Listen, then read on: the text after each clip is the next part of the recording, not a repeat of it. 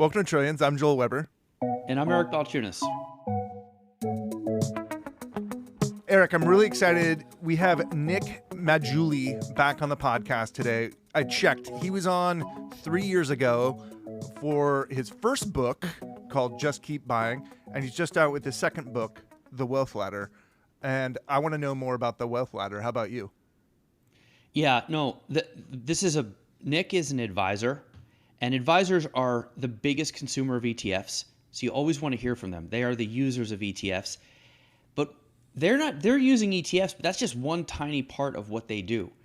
And people use them as behavioral coaches, life coaches, tax plan. It's really a whole deal. And Nick is what I would consider like a cool advisor. A little younger, the average advisor age is like 60, 65. No judging. Nick is part of Ritholtz, and they have really, really changed the way that advisors are even viewed, because they do conferences, they're in the media, they write books. They're just like just tons of content coming out of it. And his last book was called Just Keep Buying, which is when he was on our podcast like 3 years ago. And that was a huge hit. And I told him this. I thought that phrase, just keep buying, really captured the moment. It's funny because he put it out right before 2022 when the market went down a lot. But people, at least ETF users, they bought through it. And they also bought through the beginning of this year. So people have taken that motto to heart, or he captured what they do with a perfect phrase. And so it's cool to see him back with a new book. Okay, this time, Nick Maggiulli.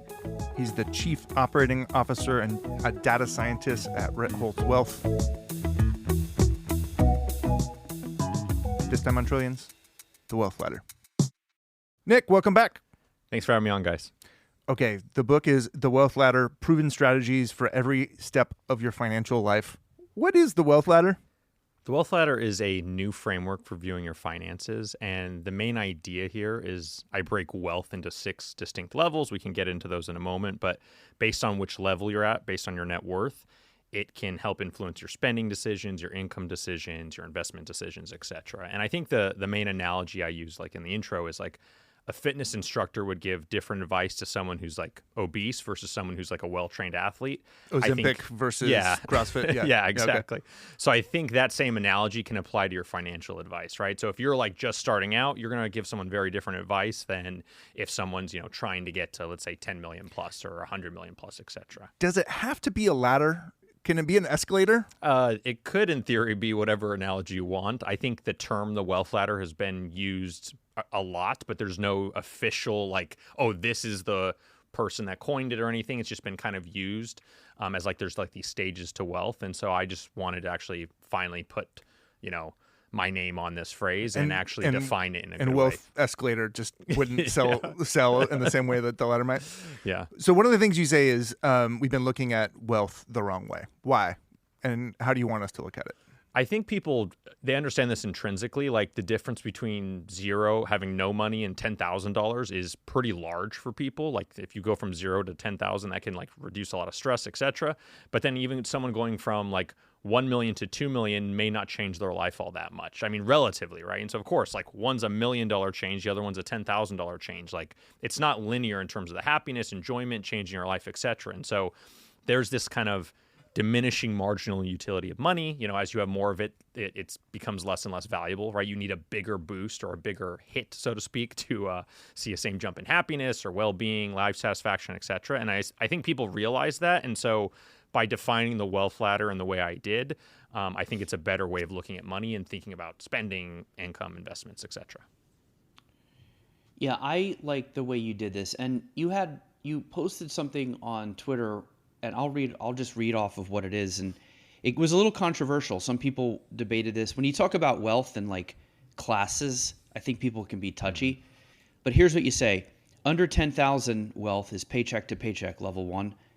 10,000 to 100,000 is grocery freedom, which is where you can buy groceries without worrying about it. And then level 3 is restaurant freedom. That's 100,000 to 1 million. And by the way, worth mentioning, this is net worth, right? Yeah, this is net worth and household net worth. Yeah, not income. And then level 4 is travel freedom, 1 million to 10 million. You can travel when and where you want. Level 5 is house freedom, 10 million to 100 million. You can afford your dream home with little impact on your overall finances. And then finally, level 6, which is where I am, but Joel wishes he was, which is 100 million plus. You can use money to have a profound impact on the lives of others, businesses engage in philanthropy, etc. So I think it was the upper middle class where it got a little weird. Like if, middle class being up to $1 million, I think was part of it. But can you talk about the feedback you got from that and what was like the points that were most contentious? I think I noticed that got 2.3 million eyeballs, that post. So yeah. So that post said okay, level 1, which is less than 10,000. I said that's lower class. 10,000 to 100,000 is level 2. That's working class. Level 3, I would say that's middle class. That's 100,000 to $1 million. By the way, that's about 40% of households. So there's 20% level 1. This is U.S. households. U.S. households. 20% level 1, 20% level 2, 40% in level 3. So that's now 80% of the entire U.S. has less than $1 million.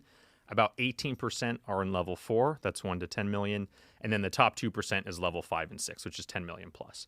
And when I said, 1 to 10 million was upper middle class, of course, some people are like, well, if you have, $6 million in Alabama, you're definitely upper class. I'm like, yes, okay, you can, use these examples. But if you have $6 million in New York, I wouldn't say you're necessarily upper class, right? And so I think you're upper middle class. You're obviously doing well for yourself. But, with the price of an apartment, even it's pretty expensive, right? So anyways, I said this, it's very controversial. I tried to make it as useful as possible and agnostic to location.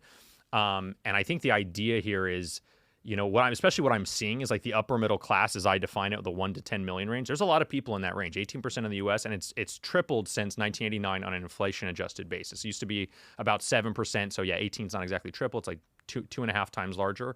But that's kind of the big change that's happened in our society. I'm starting to see it in other ways, like the Amex lounge is overrun at the airport. You go to a nice resort and you have to go out at 7 a.m. to get your pool chair, right? Because people race to get them. So it's there's some sort of scarcity thing going on where the upper middle class is being overcrowded. And I think a lot of people aren't talking about that. And that's kind of one of the issues I wanted to bring up with this book as well.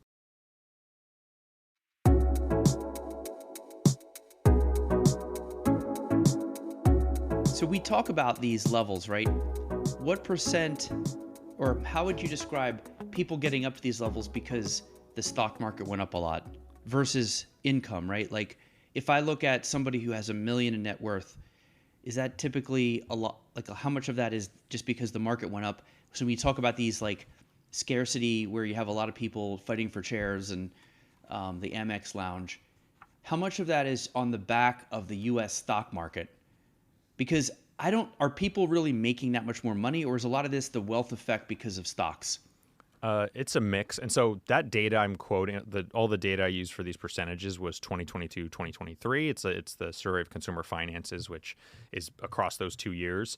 And at the time, if someone's in level 4, so 1 to 10 million, roughly 30% of that wealth on average is in their primary residence.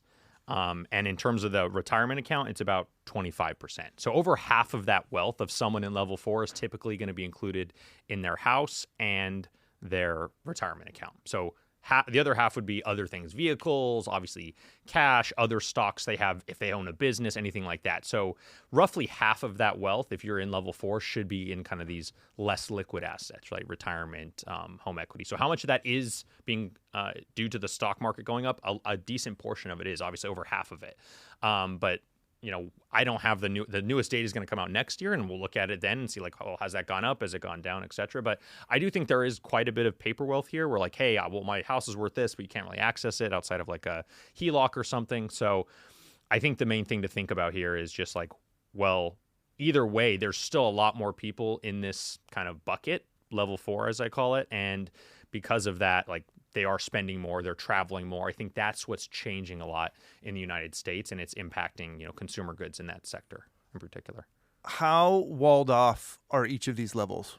How often are we seeing people go from level 3 to level 4 to level 5, or, vice versa, I suppose, too?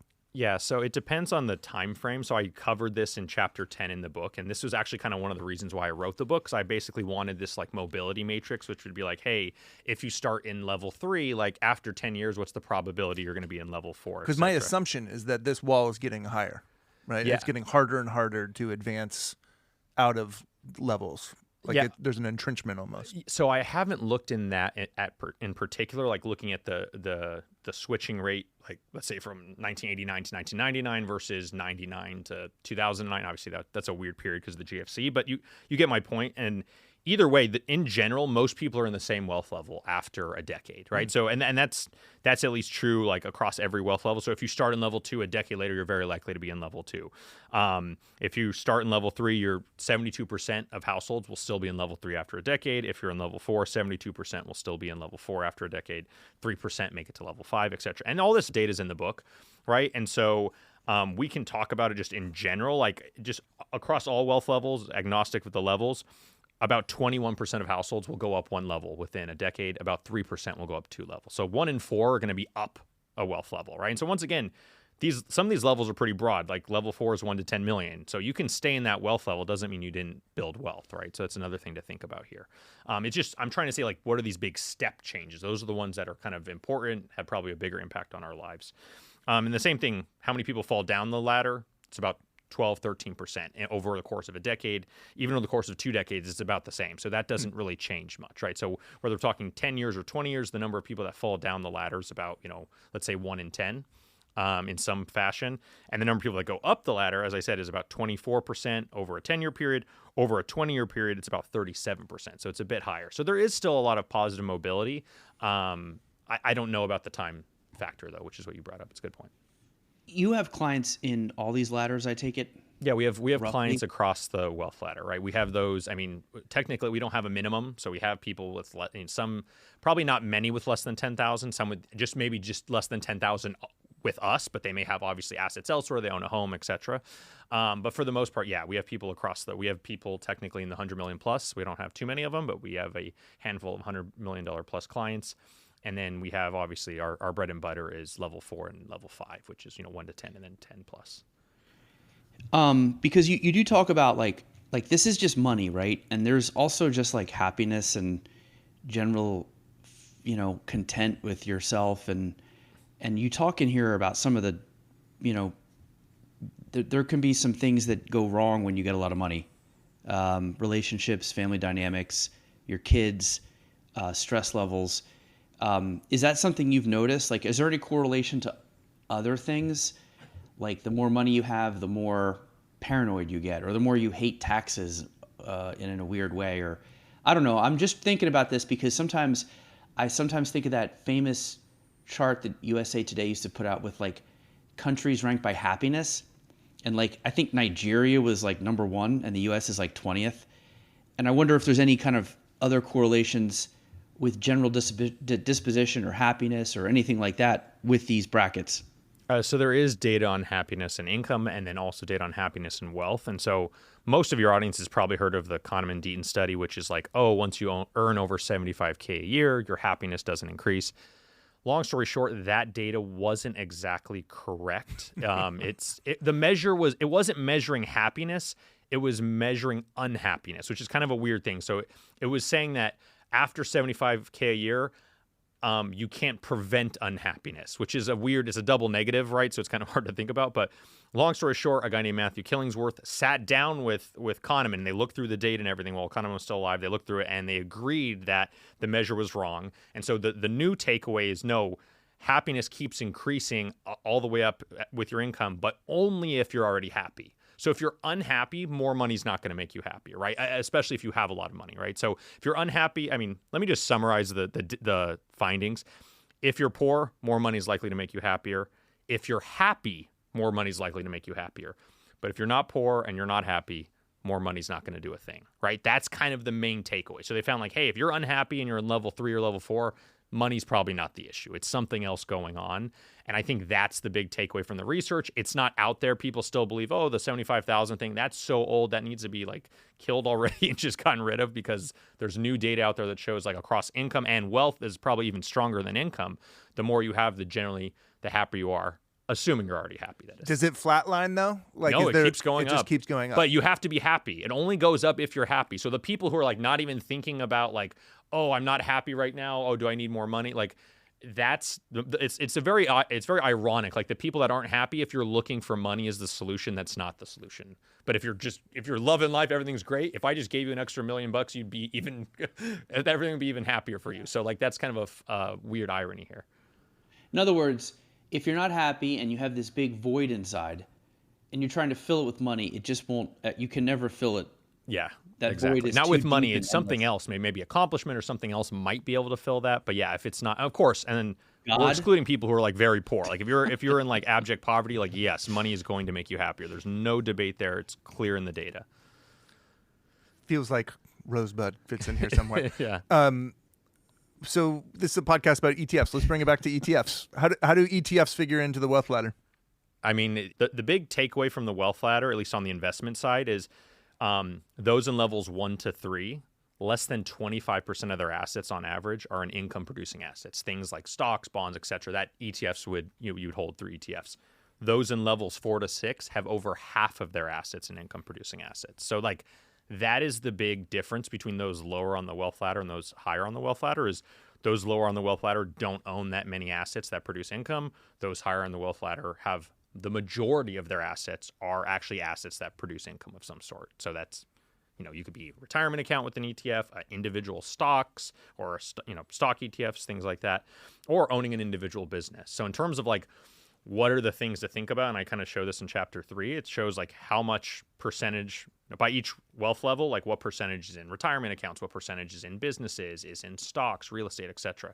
And looking through that, it's very clear that, level 4, which is like the largest wealth level after, in the upper end, they primarily have a lot of their money in stocks, retirement accounts, other types of income producing assets of that sort. When it comes to ETFs, I've always thought, when I wrote the Bogle book, especially low-cost Vanguardian type ETFs, that they are kind of a gift for advisors and any people because you don't have to worry about them. Like once you lock into those, they're so low cost, you can literally just get married to them. You don't have to fuss with your investments that much because you're in the good stuff. Do you find that is true with those people, that their ability to keep buying, as you would put it, is easier because the products they're in are lovable and reliable, versus 30 years ago when you're chasing active managers and active mutual funds, and it's harder to be well behaved if you feel like you're not in the right fund in a downturn. Whereas if you have VOO or something and it's a market downturn, you're like, well, what the hell else am I going to do? I'll just hold it. And we all know that's the better move. You win in the end with that attitude. Have you?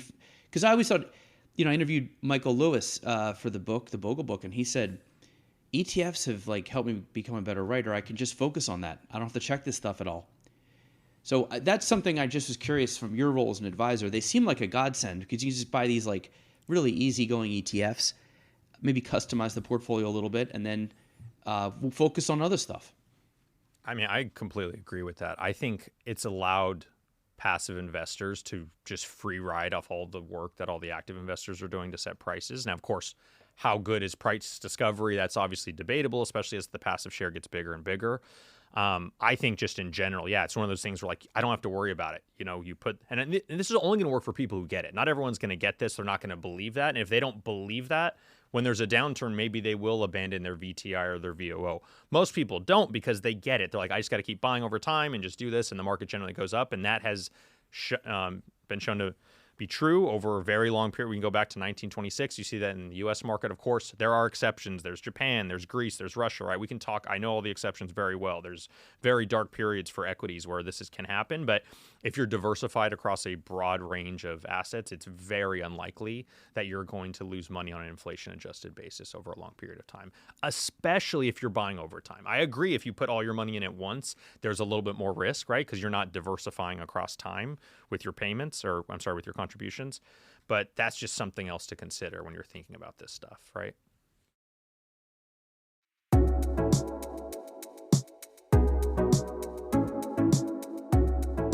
I'm going to assume that most of our listeners are in level 4, maybe level 3. Let's say the wash of the majority, as you call it. What are the actionable takeaways that you want them to hear from this book?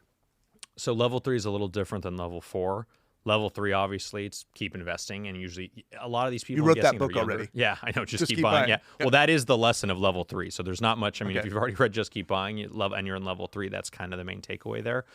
If you're in, I mean, the other thing you consider is like people starting side hustles, thinking about your career. How do you raise your income? That's something I focus on a lot in level 3. In level 4, it's actually a different lesson, and the lesson in level 4 is like what got you here won't get you there. So the thing to get into level 3 and level 4, they're very similar, just usually takes more time, and that's, get a good job, save money, invest in ETFs, etc., diversification, income producing assets, you'll get there.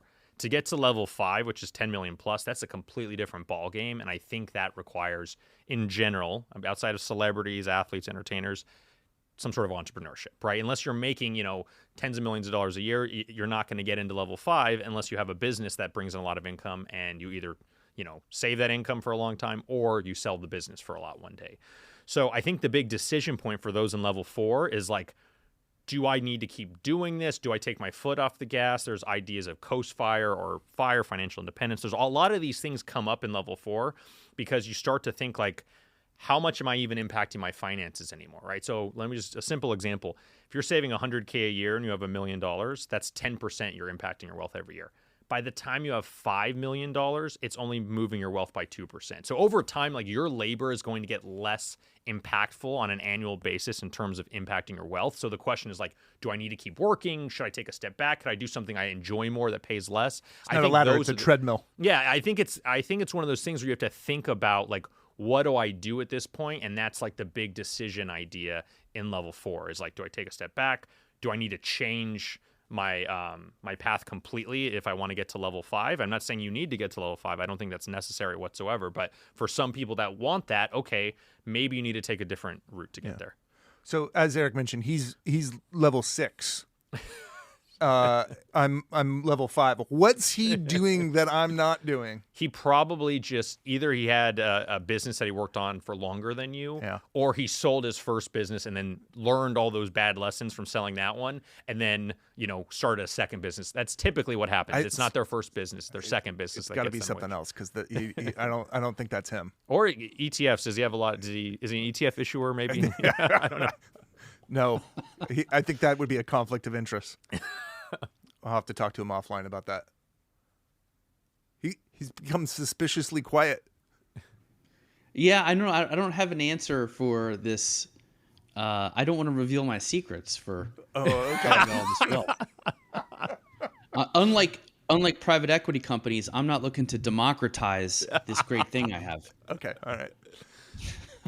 But by the way, this idea of like, okay, people try to get a good job, they try to get a good salary, then they invest, and then the investing really powers half their funds later on. There's this, I think the bill passed, right? So in 2026, they're going to have a opportunity where kids will get $1,000 put into an account. This is a Trump account. And I think it's going to, the what? The Trump account. Yeah, I don't know what they're calling. Is that what it's called? The Trump account? They're putting $1,000 per child born, I think, in 20. I don't know if it's this year or in 2026. Next year. Yeah, next year. It says 2026. And then parents can obviously it's like a 401k for your kid in a way, and they can put money into it. This was an idea put forth by Tyrone Ross, who you know. Mm-hmm. He thought this was the solution to killing the wealth gap in America. He had one other stipulation, which I liked, which is that you can't get the money out as the kid until you're 18, and you have to pass a financial literacy test. Because so many people don't know what the hell's going on with investing. The only thing they might have gotten is like a stock picking competition in like middle school. And I don't know, this seems like a good idea. Is there any downside? Do you think this will help with the ladder climbing? I guess the question, I think it's better than not doing it, right? I think a lot of the issues we see, as long as the account can't be rated, you can't take money out of it. Like you have to, it's almost like a private equity lock-in, right? That's actually it's a feature says you can't. of this. Yeah, right? If you can't take the money out, that's 18 years of compounding, right? Even if we go very conservative and say 4% per year, inflation adjusted, that's like still very good, right? Like it will build wealth. Now, the question is, as soon as these people turn 18, what do they do with the money? And even if you pass a test, you can study for a test. That doesn't mean, like, just because I know the right answer doesn't mean I'm going to do the right thing, right? So there is the possibility of someone, they finally get there, they have, however much is in this account. Let's say it's, I don't know, 50 grand maybe, I don't know, and they could blow it all right away. I mean, so it's a question of, people at 18 are not necessarily the best decision makers. I think we all know that. I wasn't the best decision maker when I was 18. But isn't part of the idea that a lot of parents would be able to use this money for college versus having to, borrow it, which can be brutal later on? I mean, that's another option as well. But I guess the question now is it the child's money or the parents' money to use for college? Like, how is this? Who's the account under, and when does the custody transfer or whatever? Like, all these types of questions matter in terms of how it actually plays out. So I think it's a good idea. I actually like the idea of a sovereign wealth fund. At the same time, like, it's better than nothing. I think just getting people in levels 1, 2, and 3 to own more income producing assets is a good thing, period, like full stop. I think that will help with the wealth inequality. It's not going to solve it completely because there's just existing inequality that's just being exacerbated over time. And if people aren't, don't have enough income to buy income producing assets, then that's not going to help either, right? A lot of people can't afford to even put money into an ETF, unfortunately. Nick, I'm curious, what do you know now, having done the book, that you didn't know before you did the book? What'd you learn? There's a few things. I think the stuff I talk about in level 4 with, like, the difference between getting out of that level versus getting into that level was even more striking than I thought it would be. And I used some math to show this. Like, once again, $1 million portfolio, you're saving $100K a year. Let's say it's growing by 5% a year after inflation. How long does it take to get to 10 million? The answer is 28 years. So, like, even like you're saving $100K a year, that's a lot of money. You're doing well, you're grinding. It still takes you 30 years. And that's after you already hit $1 million, right? Which could take someone a few decades to get there, right? So you think about that and you're like, wow, like, doing all these things, the 9 to 5, going through that, like, it is a rough grind to get to 10 million from here. And so a lot of people, rationally so, will say, you know what, I'm not going to do that. I don't care about doing that, and take their foot off the brake, or foot off the gas, so to speak. And that was one of the big things I learned. And then also just seeing how much business interest is at the higher end of the wealth ladder. I knew that was true, but when I saw it in the data, it's like overwhelmingly, the higher you go up the wealth ladder, the more people just have their own businesses, right? And it's just, of course, there's some survivorship bias there. I understand all that. But if you just look at people in level 6, all of them, it's like the vast majority of their wealth is in their businesses one way or another. Last question for you. Your little fine print at the beginning. To my father, for teaching me the game, don't move until you see it. What's that about? Bobby Fischer. It's an old movie. He taught me chess when I was like, very young. I think I was 4 or 5 when he started teaching me, and I'd start playing as friends. And it really made me realize that, like, chess as an analogy for like life is actually probably more true than almost any game out there, because you're looking at the board. For anyone that's played chess, you look at the board at a certain point in time and, I want to make this move. I can't make this move because they could do that. A few moves later, the board's changed. Now that move that didn't make sense can now make sense. And I think the same thing was true when I was writing the wealth ladder. I could do this now, but maybe that's not the right move. Like starting a business when you're 22. Some people have succeeded at it. Most would fail. I think most of the successful business owners are actually in their 40s because they've actually have industry experience, they have more connections, and they have money to start the business. So the move doesn't make sense at 22, makes a lot more sense at 42, right? And so I think thinking through that is when you realize, like, wow, life is more like a chess game than first glance. Nick Maggiulli, thanks for joining us on Trillions. Thanks for having me, guys. Appreciate it.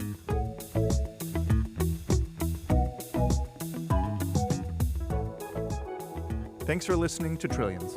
Until next time, you can find us on the Bloomberg terminal, Bloomberg.com, Apple Podcasts, Spotify, or wherever else you like to listen. We'd love to hear from you. Hit us up on social. I'm at Joel Weber Show. He's at Eric Balchinas. Trillions is produced by Magnus Henriksen. Brendan Newman is our executive producer. Sage Bauman is the head of Bloomberg Podcasts.